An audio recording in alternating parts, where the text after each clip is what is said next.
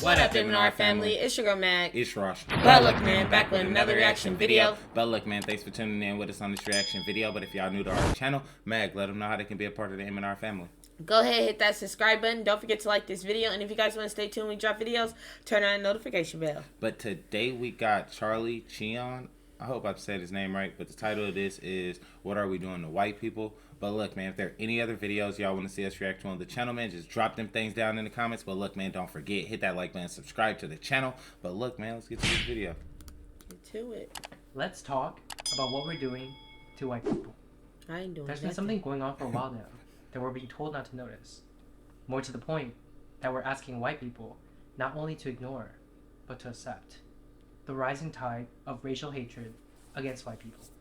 In the past decade, there has been a noticeable cultural shift in what constitutes acceptable speech as it relates to white people. Back when I was a kid, in the early 2000s, the mainstream American culture preached about respecting each other's differences and not seeing color. Nowadays, we say that not seeing color is racism, that you must see color. But the more I see how things are unfolding, the more I'm convinced that this is wrong. Back then, saying something offhanded about white people were seen as not appropriate, just as it would be to say something offhanded about people of any other race. But that soon gave way to our current times, in which there exists virtually no limit to what racial minorities can and do say about white people. I believe this is the natural outgrowth of a perverse ideology that teaches us that every societal ill is the fault of white people, and that whatever prejudice acts we may inflict upon them does not constitute discrimination because we don't have the power to discriminate. And alarmingly, this is particularly pronounced in the younger generation. But is it true? Do we not have the power to discriminate? Well, let's see. First, let's take a look at the racial hatred at the interpersonal level. In today's society, it has become somewhat fashionable to think things and say things about and to white people that would not be acceptable if it was said about any other race. And we're being taught that this double standard is not wrong, that it is rather a form of empowerment. They'll attribute negative experiences that they've had with white people to their whiteness. You had an argument in line at the grocery store with a white person? They were acting entitled because they were white. A white driver cut you off when you were driving? They need to check their white privilege. Your actions, your conduct, and your existence, in other words, boil down to your whiteness. And ashamedly, at one point in time, this was how I used to think as well. And beyond the people in my circle, I noticed that many people of color have this sort of blasé attitude, an attitude most particularly pronounced when there are no other white people around. Things are being said not just behind closed doors, but out in the open. Not just between close friends, but between complete strangers. So here's the thing.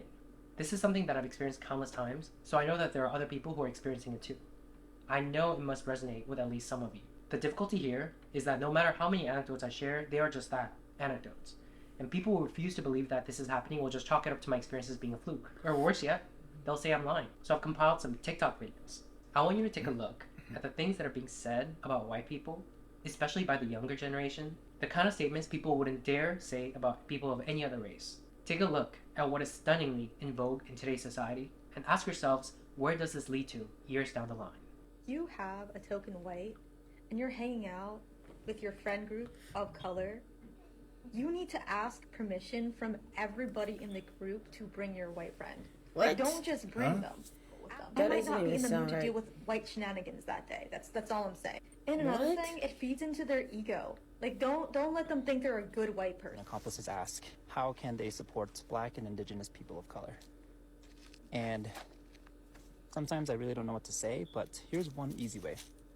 Just don't have babies. Women can single-handedly cause the white genocide that they are so afraid of. With 2.25 billion Asian women and 500 million white men, baby, it'll only take 2 generations. In 2 generations, there will no longer be any blonde-haired. These are some things I noticed about white American culture. Being grounded is a punishment to them. That's what they call punishment. The least grounded, least balanced, most destructive race considers being grounded a punishment. Yeah. They also say really violent phrases. They say things like, kill 2 birds with 1 stone. Why do we have to kill the birds? Why is everything so violent? We say that. It's almost like one's language and phrases reflects one's nature. Everybody says that. Yeah. So that new Kill 2 birds with 1 stone. What? Is the perfect example of the sensationalization of white violence. People have a much easier time sympathizing with white criminals than they do with black victims. People think these shows are harmless, but they actually contribute to a much bigger issue. It contributes to the viewpoint that white people are less violent than everyone else, and white violence is something to be. If you ask me, everybody crazy and violent shit. With Caucasian people, Everybody and, got like, something their wrong with inability to read a fucking room. Like, y'all act like you don't understand shit because y'all be the first ones during a conversation about the Holocaust to get so mad when black people be like, you do realize that the original No. No, because black people be lost too, so they can't do that. We be having our blind moments. Like, y'all gotta stop discriminating, because that doesn't even make any sense what they're saying. Because the same thing white people do, the same thing us black people damn near do. Two birds in one stone. I heard that from my mom. Like, they just going like off the wall. Yeah, like what y'all make? And some black people be in a conversation, we be talking about something, they be like, huh? Yeah. Like, we all have the moments. Like, y'all are just Jewish people were going off the wall with it. Right? Yeah. White people do not need to explain to anybody about us all bleeding red because, baby, you all are the people that need to learn that lesson. Clearly, we all history bleed red. shows that you all are the people that like to pillage and eradicate, enslave and oppress, attempt to suppress greatness because you all simply don't have it. Right? Here go y'all cum goblins who don't even live in the fucking city. Which, by the way, the Q-tip people are the last ones to ever talk about somebody stealing anything. Y'all wouldn't be in this country had it not been for y'all stealing it. So y'all are more focused on people looting and trying to get necessities and things. What does that have to do with TV is a fucking necessity thing. You feel like you're better than because people are out here stealing and you would never. First of all, you are a Mayo monster. That is how your ancestors got everything. First of all, white people steal, Asian people steal, all that steal. That's wrong. You may have not intended that, but there are many white women who act exactly like you. If you can find it in your heart this holiday season to donate to the Discriminated White Fund, you'd be helping millions. Nothing says high protein like cicadas and cheese. Make sure you... And nothing says caucasity like that right there. What caucasity looks like. But you drawing the mustache in in the grocery stores like it's an amusement park. Explain to me why white people don't wear shoes outdoor, but wear shoes inside. We're both white women. We are inherently a danger in spaces for Black, Indigenous, and other people of color simply by existing. It's white cis men who are a part of the far right-winged ideology of fascism. That is a true threat and the terrorism to this country. If BIPOCs stand in the street and scream at the top of their lungs, I hate all white people, I want all white people to go die, die white devil, you cracker bitch, that's still not racism. You're not one of the good white people. Stop separating us from the bad white people. Don't sit out there in comments and say, we don't claim them. We are that. We are the ones shooting up schools. We are the ones raping people, the ones enslaving people. And I'll say it. I hate being white. What? Yeah, which means I'm one of the good ones. All white people are inherently racist. Yes. Can you be racist against white people? Based off of the definition of racism, yes, but it's not gonna hurt them and hurt their opportunities like it does people of color. While technically you can, it's not like an issue. You can't oppress the oppressor. It helps you sleep at night. I'm racist to white people and I'm proud of it. Why do people not understand that you can't be racist to white people? It's impossible. The system is not set up that way. You can insult white people, but it is not racism. Me calling a white person a tub of mayonnaise and a flower looking ass, that's not racist. You went all the way to Africa to physically take Black people from their homes, shove them in on boats where a lot of them got diseases and died, told them where they could sit on a bus, told them which schools they could go to, which water fountains they could use, which bathrooms they could use, and that's sugarcoating it. Those are just terms. I'm not even describing all the disgusting things that happen, and they don't even want revenge. They are letting you guys skate by asking for equal rights. That's it? And you're still saying no? They are not as angry as they should be. Y'all are getting off easy and you're still saying no? Fuck you. Some people look at that and chalk it up to the grumblings of the powerless. That's the idea that when you have a power disparity, the less powerful sort of has this general society given leeway to complain about the more powerful. The villagers complaining about their king doesn't have the same ring as the king making snide and crude comments about the villagers. But that's not what's going on here. Because although certain segments of our society refuse to believe this, even as evidence mount before our very eyes, in one side of the political aisle, people of color actually have greater power than white people. That is the truth that is not being acknowledged by the people that need to hear it, because this gets in the way of them wielding that power in the way they want, malignantly. I've heard from somewhere that politics is downstream of culture, and I think that is certainly correct.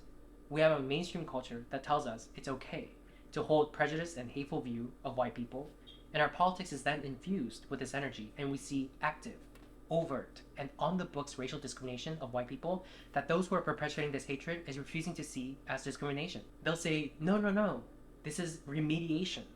These are the same people who are making tenuous arguments that some of our race-neutral laws discriminate against people of color. And this is certainly evidence that in one side of the political aisle, people of color have more power than white people.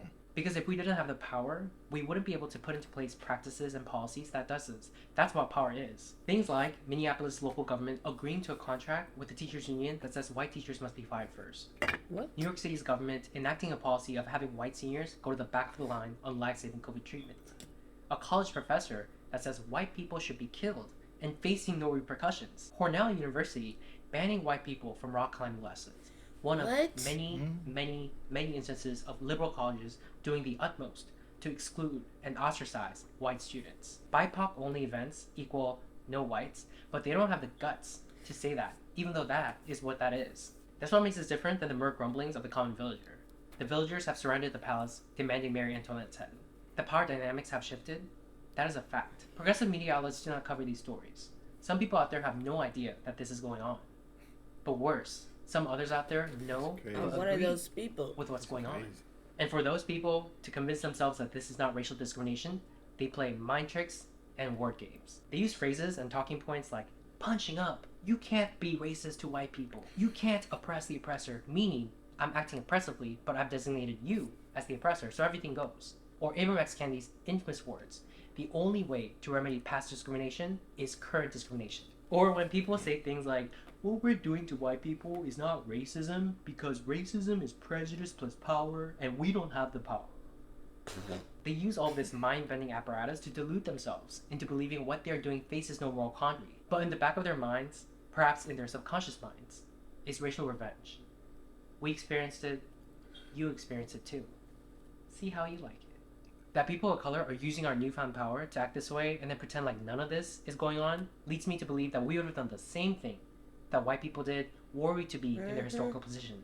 Because such acts have its roots in human nature, not white people nature. And one can only imagine what might happen in the coming decades when the demographics of the US will have shifted such that white people will no longer constitute the majority, when the younger generation you've just seen have graduated from elite schools and hold positions of power in our institutions, our government, corporations, entertainment, news media, and so forth, how they might, in wielding the levers of society, be able to rationalize, using their adult brain, the hatred that was embedded in their minds during their adolescence.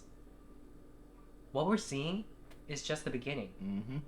To the white people who are watching, I just want to say, you are not an oppressor for refusing to accept an ideology that teaches people to hate you, that teaches you that you are inherently bad, that your children are inherently bad, that you are inherently racist no matter what you do or how you think, that you need to repent by taking affirmative steps in your life to redress harms that your ancestors may have done, or the racist actions of other white people. In fact, you are not an oppressor, period. Amen. You did not choose to be born white, just like any of us did not choose to be born in our race. Amen. And to ask of you, at the individual level, for example, to give your life in service of people of color, to be used as physical barriers at protests, to give away your house to black people instead of your children, all actual things that have been publicly demanded of white people, to ask this of you is morally reprehensible collective punishment. You are not under any obligation to carry yourself in any sort of way that others demand of you just because of the color of your skin. This, you need to do this, and you need to do that because you benefit from privilege thing is bogus. Right. It is just a way for people harboring racial animus to attack you, to say that the accomplishments you've achieved in your life isn't yours, and to silence you. It is not you. It is this ideology that is wrong and perverse. It is one cloaked in a shroud of pseudo-justice and self-righteousness, all the while excreting toxic fumes of racial hatred. It blames all white people for the actions of their ancestors, something you have no control over, while absolving black people of personal responsibility for their own individual actions by holding that if black people commit acts of harm, for example, towards another community, that's the fault of white supremacy. White people are controlling them like puppets on a string. It's a backwards, transgressive ideology. If you don't harbor any hate in your heart but want to fight it as a matter of principle, this does not make you racist or bigoted. If you refuse to accept their premise in your head, but are too afraid to voice your opinion, you're neither a coward nor a bad person. If you're of a liberal bent, but there's a small corner in your brain telling you as you're watching this video that perhaps some of this is wrong, listen to your intuition. Maybe you think, oh, I agree with most of what the progressive left teaches about racial justice, but just not with some of this disagreeable stuff, only at the extremes. I'm here to tell you that the rot starts at the core. This racial hatred of white people is a natural outgrowth, part and parcel of an ideology that attempts to indoctrinate us into believing that there is current systemic oppression going on, that all racial disparities we see today is the sole result of oppression by white people, when there are other more plausible explanations to be had that these same people are silencing as impermissible hate speech. They're telling you, shut up, you'll take it, and you'll like it. But contrary to what they're saying, you don't have to take that. You can believe that the things that have been done in the past were morally wrong, as well you should, all the while believing that what is currently going on is also wrong, that we're going backwards, that this is history rhyming with itself. The table is turning in an eye for an eye manner. As the great Mahatma Gandhi once said, an eye for an eye will leave the whole world blind. But those driven by hatred would sooner gouge everyone's eyes out than realize that true victory for people of color would have been having history record that when the power dynamics shifted, we treated white people with the kindness that their forefathers may not have shown our forefathers. But now, it will say when we gained the power, we turned around and started doing some of the same stuff to white people. Segregation, social ostracization, hatred sanctioned by government and law. And we're doing all of this while pretending like we're doing something valiant. We've missed our bus. But that doesn't mean that there can't be a course correction. So, to some people of color watching who are engaging in this sort of hatred, whether or not you're acutely aware, the same people that act like white people as a collective are not people, but rather some pernicious alien force that has come to invade the earth. With this video, I implore you to ask yourself, what are we doing to white people? As some people love to say, do better. Hey, he was speaking some stuff. Do better. Yeah, do better. This is a good video. Good video. Good video. Facts, but look, man, if there are any other videos y'all want to see us react to on the channel, man, just drop them things down in the comments. But look, man, don't forget, hit that like button, subscribe to the channel. But look, man, we catch y'all on the next video.